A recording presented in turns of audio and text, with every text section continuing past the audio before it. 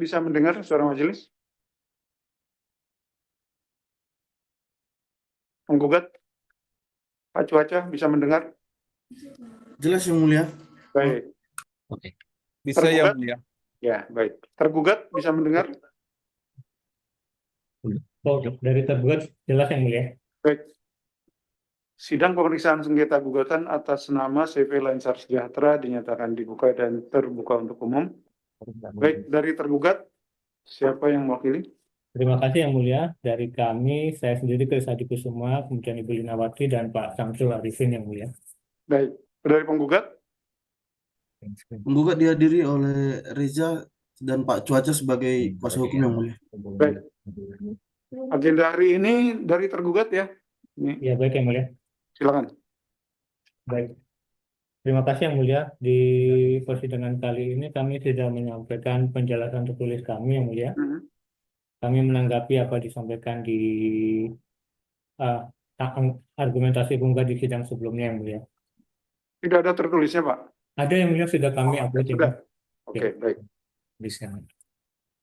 Baik, terima kasih yang mulia. Yang pertama kami tanggapi terkait argumentasi penggugat terkait teori pembatalan menurut Utrecht, Marbun dan Hardon sehubungan dengan teori atas dua macam kriteria hukum pembatalan yaitu nitik dan penitik bar yang mulia. Bahwa dapat tergugat sampaikan terkait dengan argumentasi yang disampaikan penggugat dalam penjelasan tertulis yang dikaitkan dengan teori nitik maupun vernetik bar ini, pada intinya telah tergugat sampaikan argumentasinya dalam persidangan sebelumnya yang mulia. Bahwa surat pengembalian permohonan pengurangan pembatalan surat ketetapan pajak yang tidak benar tergugat telah diterbitkan sesuai dengan ketentuan perundang-undangan yang berlaku yang mengatur yaitu ketentuan pasal 36 Undang-Undang KUP serta PMK 8 tahun 2013. Bahwa Undang-Undang KUP dan PMK dan Peraturan Menteri Keuangan adalah termasuk dalam tata urutan peraturan perundang-undangan di Indonesia sebagaimana diatur dalam Undang-Undang Nomor 12 tahun 2011. Bahwa berdasarkan hal tersebut, maka tergugat berpendapat bahwa dasar hukum pengembalian atas surat permohonan yang diajukan penggugat berlandaskan pada ketentuan perundang-undangan perpajakan yang berlaku yang mulia. Bahwa menurut terbanding, apabila penggugat merasa bahwa ketentuan yang perundang-undangan yang berlaku tersebut yaitu baik pasal 36 Undang-Undang KUP maupun ketentuan pelaksanaannya PMK 8 tahun 2013 tidak sesuai dengan atau bertentangan dengan teori hukum yang ada. Dalam hal ini mungkin teori hukum netik atau vernetik bar, maka sebaiknya penggugat mengajukan upaya hukum berupa uji materi ke Mahkamah Agung atau ke Mahkamah Konstitusi yang mulia untuk menguji apakah benar ketentuan perundang-undangan terkait pembatalan SKP sebagaimana diatur dalam pasal 36 dan PMK 8 bertentangan dengan Undang Dasar atau dengan undang-undang yang mulia, atau bahkan dengan teori-teori atau asas hukum yang ada.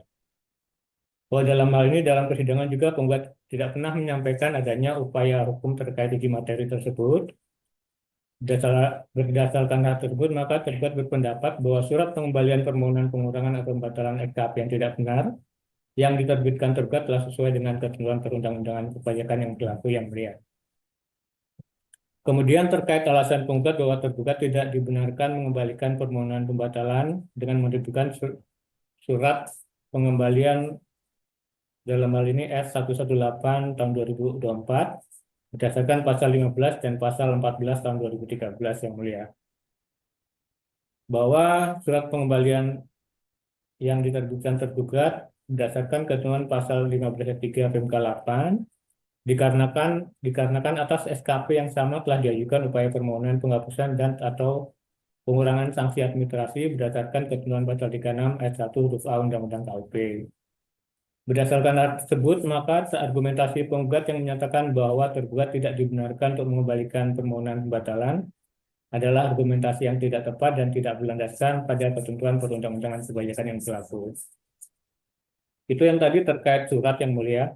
Kemudian terkait keputusan yang terkait SK pembatalan ketetapan pajak atas tiket yang tidak benar, kami tambahkan sedikit argumentasinya yang mulia, bahwa terkait alasan penggugat bahwa tergugat menerbitkan keputusan berdasarkan pasal 17 ayat 1 PMK 8, seharusnya tergugat menerbitkan keputusan untuk pokok sengketa yang dimaksud pada pasal 17 ayat 3 PMK 8 tahun 2013, sehingga keputusan yang diterbitkan oleh tergugat tidak nyambung dengan surat permohonan pembatalan yang diajukan penggugat. Atas argumentasi yang disampaikan penggugat tersebut di atas, dapat kami sampaikan yang mulia, bahwa STP yang kami terbitkan adalah berdasarkan hasil pemeriksaan yang dilakukan oleh KPP Pratama Sidoarjo Barat. Kemudian bahwa berdasarkan hasil pemeriksaan, atas pengenaan STP dilakukan karena penggugat telah dikukuhkan sebagai PKP, tapi tidak membuat faktur pajak atau terlambat dalam membuat faktur pajak, sehingga dikenakan sanksi administrasi berupa denda pasal 14 ayat 4 Undang-Undang KUP yang mulia. Bahwa berdasarkan hasil penelitian dalam proses permohonan pengurangan pembatalan STP yang tidak benar, diketahui bahwa penggugat tidak menyampaikan secara jelas ketentuan atau dasar atau ketentuan yang menyebabkan perhitungan sanksi yang dilakukan terbanding, dalam maksud kami tergugat yang mulia, dalam proses pemeriksaan tersebut keliru atau tidak benar. Berdasarkan hal tersebut, maka surat pembatalan ketetapan pajak atas STP yang tidak benar yang diterbitkan tergugat karena penerbitan STP yang tersebut terkait dengan penerbitan surat ketetapan pajak, sehingga penerapan pasal 17 ayat 1 PMK 8 dalam memproses permohonan yang diajukan penggugat menurut tergugat telah sesuai dengan ketentuan perundang-undangan perpajakan yang berlaku. Itu tanggapan dari kami yang mulia. Terima kasih yang mulia. Baik, yang terkait teori pembatalan itu gimana tadi, Pak? Sebenarnya kan itu sebenarnya argumentasinya dikaitkan dengan penjelasan-penjelasan yang kami sampaikan di sidang sebelumnya yang mulia. Cuman dalam argumentasi yang disampaikan penggugat dilekatkan dengan teori-teori tersebut yang mulia. Bahwa pada intinya yang ingin tergugat sampaikan bahwa tergugat telah melakukan sesuai dengan ketentuan perundang-undangan perpajakan yang berlaku yang mulia. Dan terkait teori-teori tersebut, menurut tergugat seandainya perundang-undangan yang kami terapkan berlawanan dengan hal tersebut, seharusnya penggugat mengajukan uji materi yang mulia. Baik, jadi seperti itu ya intinya.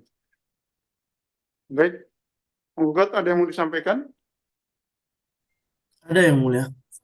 Silakan. Terima kasih yang mulia. Sedikit ada yang ingin kami tanyakan kepada tergugat melalui yang mulia. Yang pertama, pasal 13 ayat 3 telah memperluas SKP yang tidak benar. Dengan demikian pasal 13 ayat 1 PMK 8 2013 adalah SKP yang tidak benar sebelum perluasan. Bahwa permohonan pembatalan yang kami ajukan adalah untuk maksud SKP seharusnya tidak diterbitkan sebagaimana dimaksud dalam pasal 13 ayat 3 junto pasal 13 ayat 4 huruf A meliputi SKP yang seharusnya tidak diterbitkan dan dianggap tidak pernah diterbitkan. Dengan demikian, pasal 14 ayat 1 ditujukan kepada sebelum perluasan. Lalu pertanyaan yang mulia, apabila pasal 14 ayat 2 diberlakukan kepada pasal 13 ayat 3, ketentuan mana yang menghubungkan pasal 14 ayat 1 dengan perluasan yang disebut pada pasal 13 ayat 3 PMK 8 2013 tersebut? Lalu pertanyaan kedua yang mulia, apakah pengertian frasa pembatalan surat ketetapan pajak sebagaimana dimaksud dalam pasal 13 ayat 1 pada pasal 14 ayat 1 PMK 8 2013 meliputi perluasan SKP tidak benar sebagaimana dimaksud pasal 13 ayat 3 junto pasal 13 ayat 4A PMK 8 2013 ataukah hanya terhadap SKP yang tidak benar menurut pasal 13 ayat 1 dan tidak meliputi perluasan tersebut? Lalu terakhir yang mulia, pertanyaan ketiga yang mulia. Berdasarkan tanggapan tergugat tadi yang mulia, penggugat mendalilkan bahwa tergugat tidak mampu membuktikan mana ketentuan yang menghubungkan pasal 18 ayat 2 dengan ketentuan pasal 17 ayat 3 PMK 8 2013 yang mulia. Kami tunggu jawaban tergugat yang membuktikannya pada sidang berikutnya yang mulia. Oke, ini sudah mau dicukupkan, Pak. Sidangnya sudah sidang ke-7 ini. Izin mohon maaf yang mulia, kalau bisa sekali lagi yang mulia agar kami mendengarkan jawaban dari tergugat yang mulia. Oke. Baik, berarti langsung pendapat akhir ya sidang berikutnya. Ya, tadi yang disampaikan oleh penggugat, tolong dicatat tergugat. Tergugat. Halo. Tergugat. Mohon maaf yang mulia, ini kami ada masalah ngeklik ujungnya. Baik yang mulia, nanti kami sampaikan di tanggapan akhir kami. Baik. Baik, karena ada beberapa yang sudah jatuh tempo ya, tanggal 30 Januari. Jadi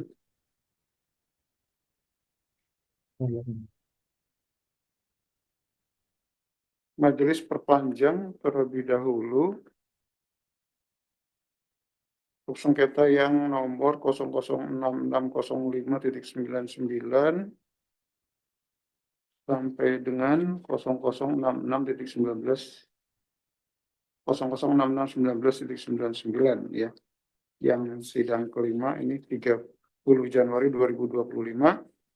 Majelis perpanjang jangka waktu pemeriksaannya paling lama 3 bulan, pasal 81 ayat 4 Undang-Undang Pengadilan Pajak. Dan sidang ditunda ke tanggal 19 Februari 2025 dengan agenda penyampaian pendapat akhir seluruhnya, dan sidang hari ini ditutup. Terima kasih yang mulia. Terima kasih yang mulia. Terima kasih yang mulia.